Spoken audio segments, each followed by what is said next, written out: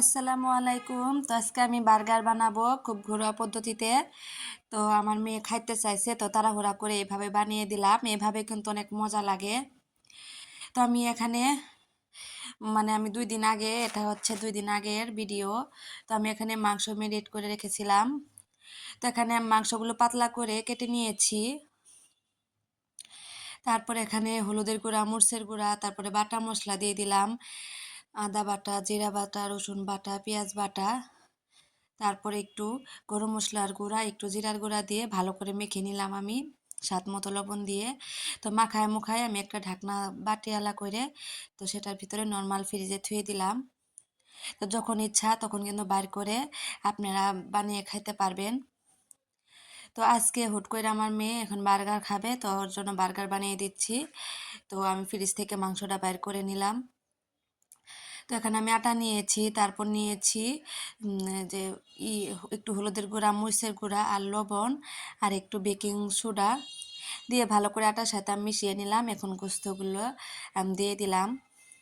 অত বেশি করব না, আমি 3-4 টুকরা গোস্ত ভাজবো।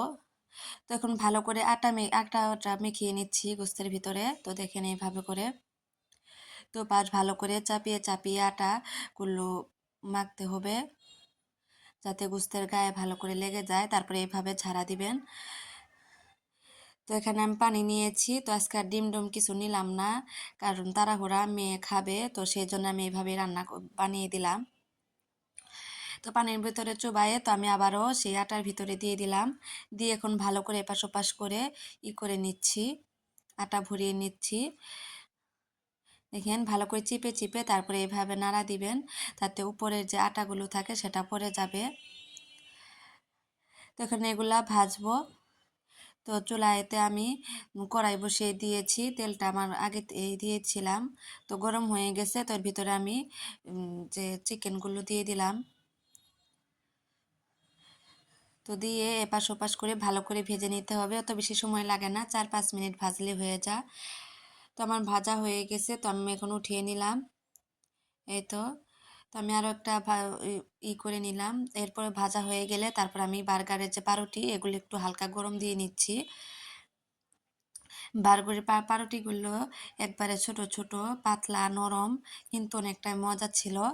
তো এখন আমি এটা রেডি করব বার্গারটা। তো এখানে আমি গাজর আর শসা দিয়ে তারপরে চিকেনটা দিয়ে তারপরে এই তো দেখেন এইভাবেই তো হয়ে গেল আমার বার্গার। তো টমেটো সস লাগলে পরে ওরা নিয়ে খাবে, তো ওর ভিতরে আর দিলাম না। তো ভিডিওটা ভালো লাগলে অবশ্যই লাইক, কমেন্ট, ফলো দিয়ে রাখবেন। সবাই ভালো থাকবেন। আল্লাহ হাফেজ।